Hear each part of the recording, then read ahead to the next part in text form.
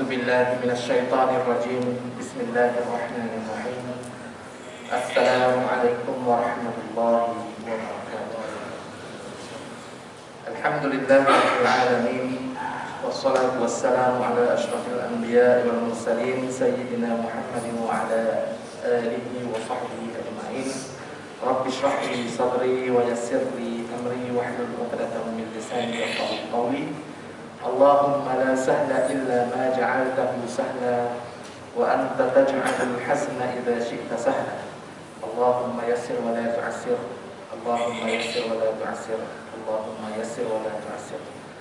Alhamdulillah, kita merapatkan kesyukuran kepada Allah Subhanahu wa taala karena pada hari ini kita dapat sama-sama berada di dalam surah ini di awal pada hari Jumaat.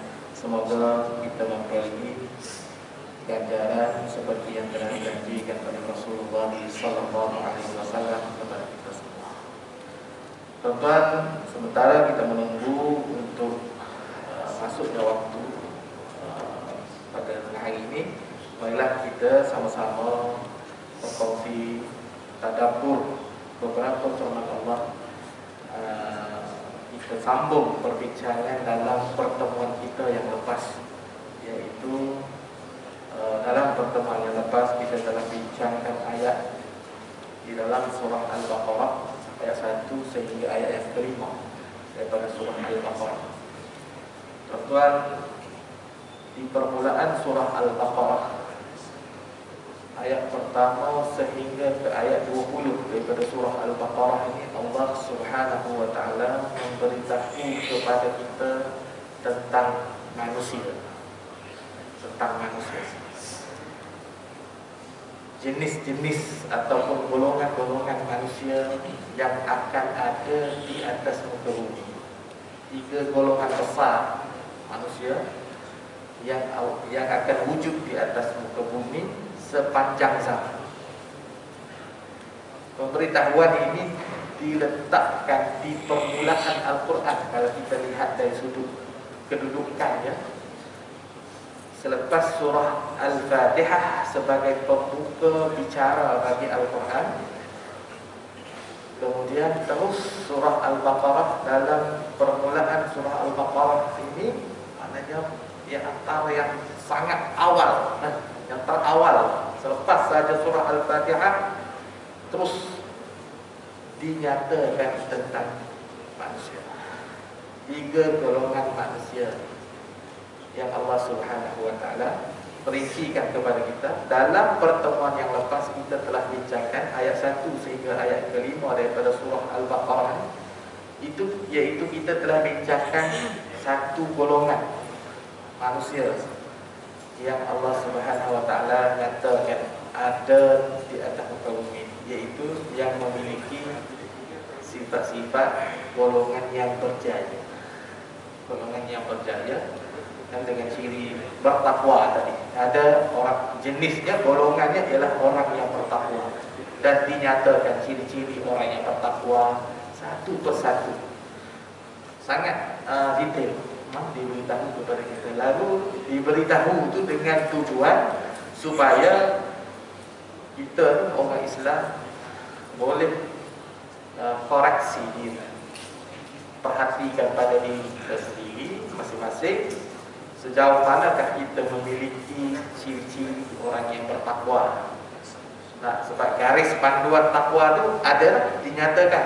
Lalu kita inilah yang membuat penilaian pada kedudukan mana tahap ketakwaan berdasarkan kepada ciri-ciri yang dinyatakan. Nah, italah yang tahu dengan keikhlasan, dengan pengetahuan, dengan kita yang tahu selok-belok tentang diri kita, orang lain tak tahu. Begitulah juga kita tidak dapat mengetahui hal ataupun tahap ketakwaan seseorang orang lain, sebab ia terlibat dengan hati. Ketakwaan bukan sahaja terlibat dengan luaran manusia, tetapi dia juga melibatkan kepercayaan, keimanan, tahap keimanan. Baik, itu golongan yang pertama yang telah kita lihat dalam pertemuan yang lepas. Jadi pada hari ini kita nak sambung pada ayat yang ke-6. Ayat yang ke-6 dan ayat yang ke-7 dalam surah Al-Baqarah, Allah memberitahu golongan manusia yang kedua yang wujud di atas muka bumi. Pendek je, 2 ayat sahaja.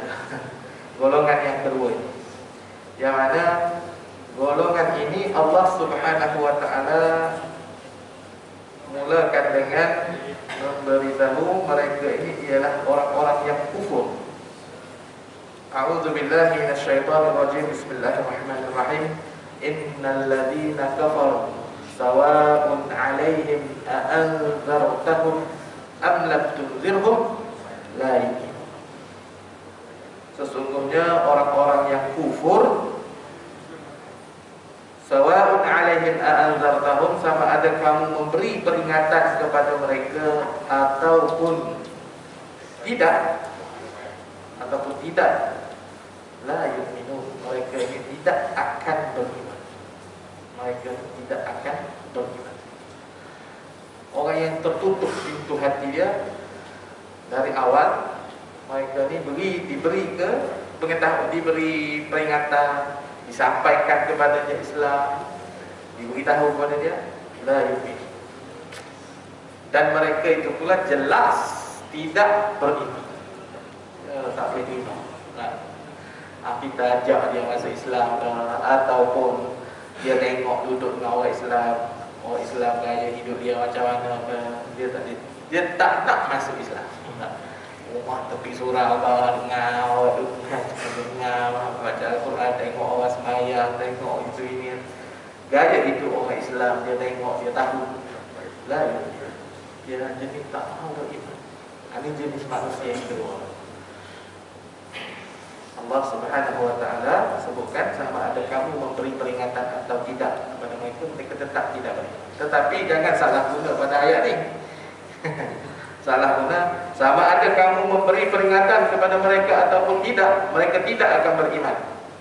Jadi salah guna dia pada bila kita sama ada bagi peringatan ataupun tidak, mereka tidak akan beriman. Lalu saya tak payah bagi apa-apa peringatan kepada mereka, tak payah cerita apalah pasal Islam kepada mereka. Ini salah guna kefahaman ayat. Allah Subhanahu wa ta'ala sampaikan dalam ayat ini, nak bagi tahu tentang hati golongan manusia yang kedua ni, iaitu jenis keras, tidak absorb apa yang sampai kepada dia, tidak menerima, dan penolakan itu berlaku secara jelas. Tolak dengan maksud dia bagi tahu jelas dia memang dia tak nak beriman. Tuan-tuan, sampaikan, tugas menyampaikan itu kena memberitahu secara langsung ke secara tidak langsung ke tentang Islam ini, kena sampaikan. Tugas menyampaikan Islam ini adalah untuk setiap orang. Cuma gayanya mungkin berbeza. Cara penyampaian Islam di antara kita ini cara dia berbeza. Ada orang dengan cara dia berkawan, dia bukan bidang syariah, dia bidang usuluddin, tapi dia berkawan. Dia tunjukkan akhlak, dia tunjukkan kepribadian orang Islam, dia zahirkan orang Islam ni tidak ganas, baik-baik saja, kepribadian amanah, sifat bila berjanji dia tepati. Maknanya dia begitu dia menyampaikan Islam. Dengan kenalan dia berjiran, dia baik dengan jiran dia, bertukar makanan, menghadiahkan sesuatu, mengucapkan ucapan-ucapan yang baik. Dakwah lah tu. Tak semestinya nak sebut dakwah, ketuk pintu, Assalamualaikum, saya nak berdakwah dengan awak, baru nama dakwah. Baik hubungan. Jika dia jadi orang yang baiklah, jika dia yang bermusuhan, yang Islam sebut musuh ni, ialah apabila dia orang kafir menzahirkan permusuhan dengan orang bukan dengan orang Islam, baru dia jadi musuh yang nyata. Kalau dia duduk kata hidup bersama dengan kita, jadi jiran, tak ada buat masalah, bagus, mak kita kena buat lebih baik daripada mereka. Tanda dakwah. Jangan kita lebih bermasalah daripada dia. Itu tidak menjadi dakwah baru, menjadi membawa kerosakan nama Islam pula. Nah, jadi kita dengan orang bukan Islam, kita berdakwah sepanjang masa. Nah, jika tak ada Iran tapi ada rakan di pejabat, maka kita juga berdakwah. Nah, dengan cara kita, jangan nak tunggu kita duduk di atas meja kuliah baru dipanggil dakwah, tidak. Ataupun berada di luar pada satu kedudukan atas title ustaz ke, ada nama pensyarah ke baru, tidak.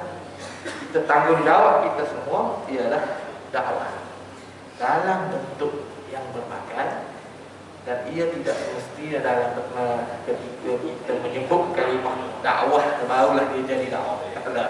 Nah, asal tujuan matlamat kita, maka dia jadi dakwah pada kita. Baik. Jadi apabila keadaan yang itu, umat Islam mengambil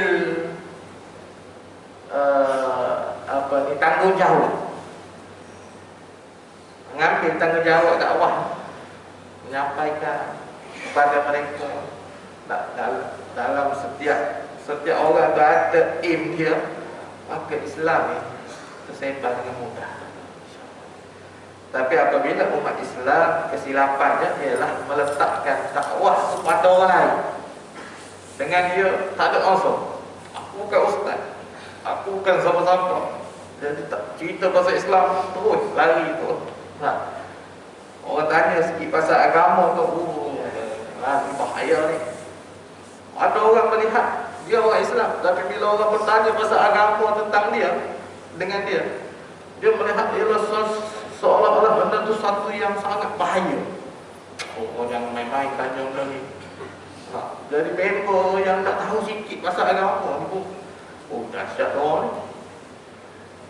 Cuba untuk mendekati, tetapi orang Islam yang menjauh. Sikap ni jangan. Ini sebab orang-orang yang benar-benar dia tidak beriman dan dia tak ada masalah dengan orang Islam, mereka ini adalah golongan yang boleh ada potensi untuk menerima Islam. Nah, namun begitu tak semestinya dia nak baik, dia nak duduk orang Islam, dia baik saja, dia nak tahu saja. Nah, kita tidak dipertanggungjawabkan untuk memastikan orang kena jadi Islam, tetapi kita dipertanggungjawabkan untuk menyampaikan Islam.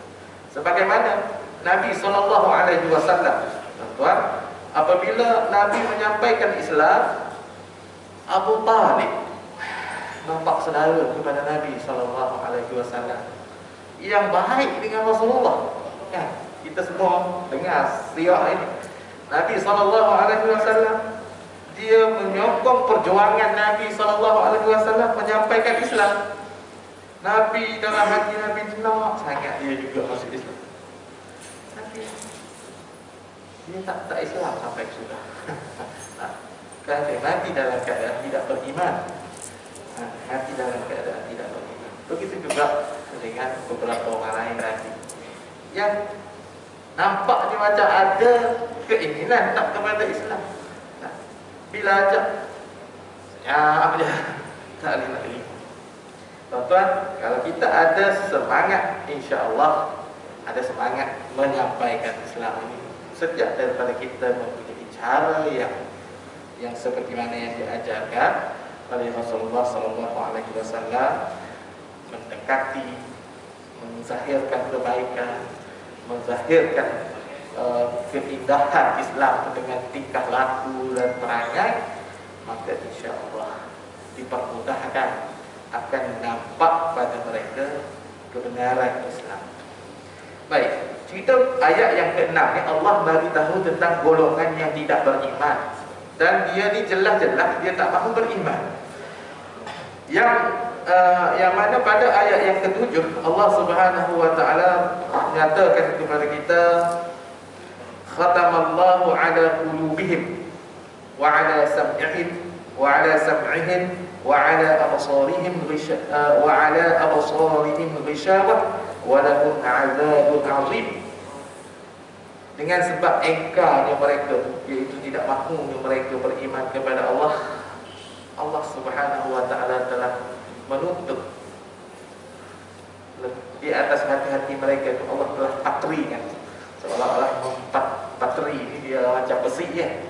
Allah Subhanahu wa taala tutup hati mereka, pendengaran mereka, dan pada penglihatan mereka ada tertutup, ada kesemua alat-alat. Tengok tuan-tuan, apabila Allah Subhanahu wa taala tak bagi hidayah kepada seseorang, apa yang Allah sebut? 3 alat yang Allah hadap hijabkan dari sudut pendengaran, penglihatan, dan hati. Tak nampak. Yang dimaksudkan dengan tertutup di situ ialah bukanlah tertutup secara zahir, tak nampak mata, jadi buta, tak dengar, jadi pekak, kan? Tetapi yang disampaikan itu tidak diterima, tak dapat nak menerima kebenaran. Ini orang yang memang dia akan jadi tidak beriman kepada Allah Subhanahu.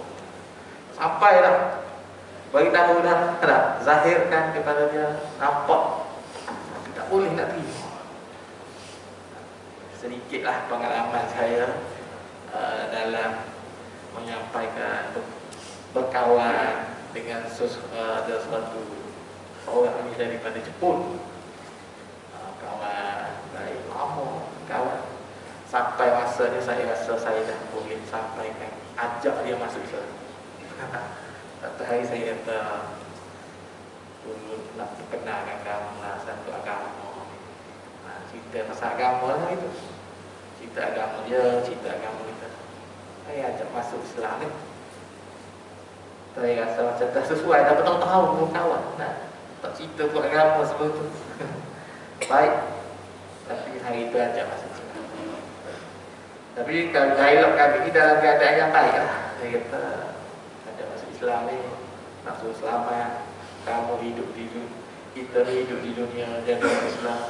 Hari bangkit kita akan bangkit mati dah hidup balik. Hari itu kita akan menerima balasan, dipanggil hari akhirat. Kalau kamu jadi orang Islam, kamu boleh kawan lagi dengan aku di hari akhirat nanti. Kita semua akan hidup balik. Tapi kalau kamu tidak, maknanya kamu duduk di sebelah satu lagi tempat, tempat azab, tak boleh jumpa, tak ada lagi persahabatan antara kita. Ceritalah, tak lebar. Sudah kosok dengan cerita tu macam ni. Baik, boleh kita daftar Islam. Tapi hidayah tak ada. Dia jawab kata, terima kasihlah bagi aku beritahu tentang Islam gini. Tapi akhirnya saya mahu menyedih kita. Aku tak boleh lagi nak percaya benda yang tak nampak di mata. Maknanya masih ada kekurangan lagi pada si pendakwahan. Beritahu juga kalau masih lagi tak diterima. Kekurangan kita lihat pada kita sendirilah. Kita cari sebab apa kekurangan kita, supaya kita satu hari dalam dakwah kita Allah boleh terima. Apa yang sudah dia tak boleh terima, kawan, tak apalah, kita teruskan persahabatan kita. Aku dah sampai, aku dah sampaikan, kamu tak nak terima, tak apa, tak ada permusuhan, itu sampai. Jadi tujuannya apa? Dakwah itu sampai. Kita tidak dipertanggungjawabkan untuk dia jadi orang Islam. Dia dipertanggungjawabkan untuk menyampaikan. Khatamallahu ala qulubihim, Allah tutup itu hatinya, tak dapat lihat. Sam'ihim wa ala sam'ihim wa ala absarihim. Apa yang kita bagi tahu kepadanya, dia dengar dari sudut fizikal, dia mendengar, tapi kebenaran itu dia tak dapat. Kita apabila dia melihat kebenaran itu dia tak dapat ambil. Walahum adzabun azim.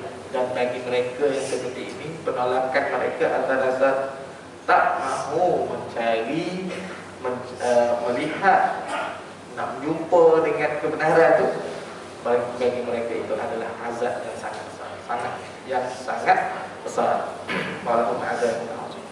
Tuan-tuan, Menariknya pada pemberitahuan golongan yang kedua ni, Allah bagi tahu sangat ringkas. Ada 2 ayat sahaja. Golongan yang tidak mahu beriman, Allah nyatakan dua ayat. Orang yang tak beriman ni, mereka kafir ni, sama ada bagi peringatan atau tidak, mereka tidak mahu beriman. Dan Allah tutup pintu hati mereka, pendengaran mereka, penglihatan mereka, dan mereka akan diazab. Tak cerita panjang pasal orang kafir yang jelas-jelas tidak mahu beriman. Kenapa? Sebabnya golongan yang kedua ini dia tidak mahu menerima, dan jelas penerimaan dia tak boleh terima. Dia pun ikhlas bagi tahu dia tak boleh terima. Dia masuk neraka lah, tapi mudah urusan dengannya kerana sifat jelas dia. Kemudian pada ayat yang ke-8 sehingga ke ayat 20, panjang lebar Allah Subhanahu wa taala cerita pasal satu golongan lagi. Golongan yang ketiga ni diberikan perincian, diberikan contoh sifat-sifat perangai dia, diberitahu dalam bentuk cerita kepada kita, iaitu golongan yang ketiga, golongan al-munafiq. Golongan munafik, golongan yang memperolok-olokkan, golongan yang menzahirkan tetapi hakikat sebenarnya, menzahirkan sesuatu tetapi hakikat sebenarnya di pihak yang lain. Golongan ini dinyatakan dengan terperinci, panjang lebar, beserta dengan contoh dan penjelasan pada ayat-ayat yang lain banyak lagi diberikan. Sebab apa? Sebab golongan inilah yang paling sukar, kerana mereka menzahirkan keimanan tapi hati sebenarnya bukan. Mereka ni kalau lihat dari sudut bahaya, ialah yang paling bahaya sekali. Golongan yang ketiga. Dan panjang lebar pemberitahuan itu supaya orang beriman pertama sekali tidak memiliki ciri-ciri golongan yang ketiga ini. Kerana golongan ini, golongan ketiga ni, ciri-ciri dia, perangai-perangai dia tu boleh ada pada golongan yang pertama, boleh ada pada orang yang beriman kepada Allah, tapi dia memiliki ciri atau perangai golongan yang ketiga, boleh berlaku. Kalau yang kedua, itu tak boleh. Golongan yang dia jelas tak mahu beriman. Orang tu bila dia jelas tak beriman, dia tak Islam lah. Ni nampak macam bagus ni, tapi hati dia lain. Ini golongan yang ketiga. Diberikan penjelasan yang panjang lebar supaya kita pertama tidak memiliki ciri, perangai, sifat golongan yang ketiga. Dan yang keduanya adalah supaya umat Islam ni dalam urusan dia dengan golongan yang ketiga ini lebih berhati-hati, lebih waspada, supaya tidak tertipu, supaya tidak menjadi mangsa kepada golongan yang ketiga ini. Baik, kita lihat pada golongan yang ketiga ini sebahagian daripada inilah yang ayat-ayat yang kita sempat lihat ya, untuk golongan yang ketiga, yaitu ayat bermula dengan ayat yang ke-8, wa minan nasi man yaqulu amanna billahi wal yawmil akhir wa minan nasi man yaqulu amanna billahi wa bil yawmil akhir wa ma hum bimu'min. Dan sebahagian daripada manusia itu man yaqulu amanna, adalah orang-orang yang berkata kami beriman kepada Allah dan kami beriman kepada hari akhirat.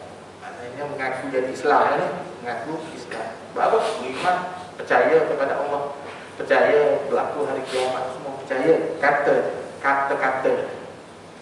Wa ma hum bimu'min, hakikatnya mereka tidak beriman. Hakikat itu dekat mana? Maknanya dari lubuk hatinya yang dalam sebenarnya dia ragu-ragu.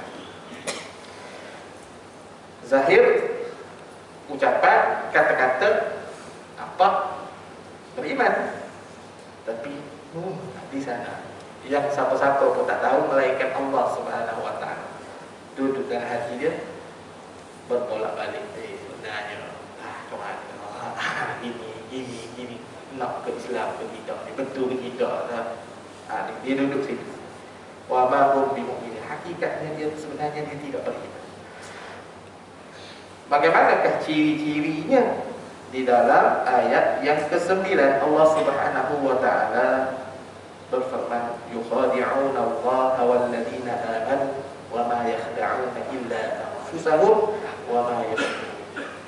Mereka hendak memperdayakan Allah dan orang-orang yang beriman. Ciri-ciri dia nak cuba berbohong. Maksudnya dengan keimanan yang dizahirkannya itu, dia cuba berbohong kepada Allah Subhanahu wa taala, dan dia cuba juga berbohong kepada orang Islam. Kerana zahirnya dia tu tadi tu bukanlah zahir sebenar. Zahir dia adalah zahir yang bohong sahaja. Nak nampakkan kepada orang dia ni Islam, nak nampakkan dia ni orang baik, nak orang beriman. Nampak saja, nak suruh nampak. Allah berfirman, yukhadi'una wa ma yakhda'una illa anfusahum wa ma yash'urun. Hakikat sebenarnya mereka itu membohongi diri mereka sendiri sahaja, sedangkan mereka tidak menyadari. Hakikat pembohongan itu yang jenis macam ni sebenarnya bohong diri sendiri je. Dia berasa dia boleh tak tipu Allah, dia berasa boleh tipu orang beriman.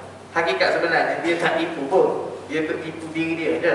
Sebab kesemua itu diketahui oleh Allah Subhanahu wa taala. Dalam pengetahuan Allah semua pembohongan yang duduk di dalam hati. Nah, hati manusia berkata sesuatu, dan kita manusia apabila kita berkata sesuatu dengan mulut kita, tapi hati kita pada sisi yang lain, semua dalam pengetahuan Allah, kan? Dan Allah Subhanahu wa taala banyak kali ulang dalam Al-Quran nak supaya orang Islam ni mempunyai kesedaran yang sangat tinggi dalam hal ini. Sebab tu disebut, dipesan banyak kali dalam Al-Quran, Allah Subhanahu wa taala Maha mengetahui. Dipesan Allah Subhanahu wa taala mengetahui apa yang ada di dalam hati manusia. Diberitahu banyak kali dan berulang dalam Al-Quran. Soal Allah tahu ni, Allah Maha mengetahui ni, tuan-tuan baca Al-Quran, tengok terjemahan, tuan-tuan akan jumpa berteramu dalam Al-Quran. Banyaknya tuan-tuan baca lah semua juzuk yang mana. Peringatan yang Allah Maha mengetahui ini sangat banyak dalam Al-Quran. Innallaha sami'un basir, contohnya. Sesungguhnya Allah itu Maha mendengar lagi Maha melihat. Itu antara itu. Ya'lamu ma fi sudur, dia mengetahui apa yang ada di dalam dada kamu. Dan banyak lagi bentuk pemberitahuan itu supaya kita orang Islam beringat, waspada dalam urusan, supaya tidak terpedaya sehingga termasuk dalam kumpulan golongan yang ketiga. Kita baru di mukadimah di pemberitahuan golongan yang ketiga, dan insya-Allah kita ada kesempatan waktu dan ruang, saya akan sambung lagi dalam tadabbur yang akan datang. Semoga perkongsian ini bermanfaat. Wabillahi taufiq wal hidayah. Wassalamualaikum warahmatullahi wabarakatuh.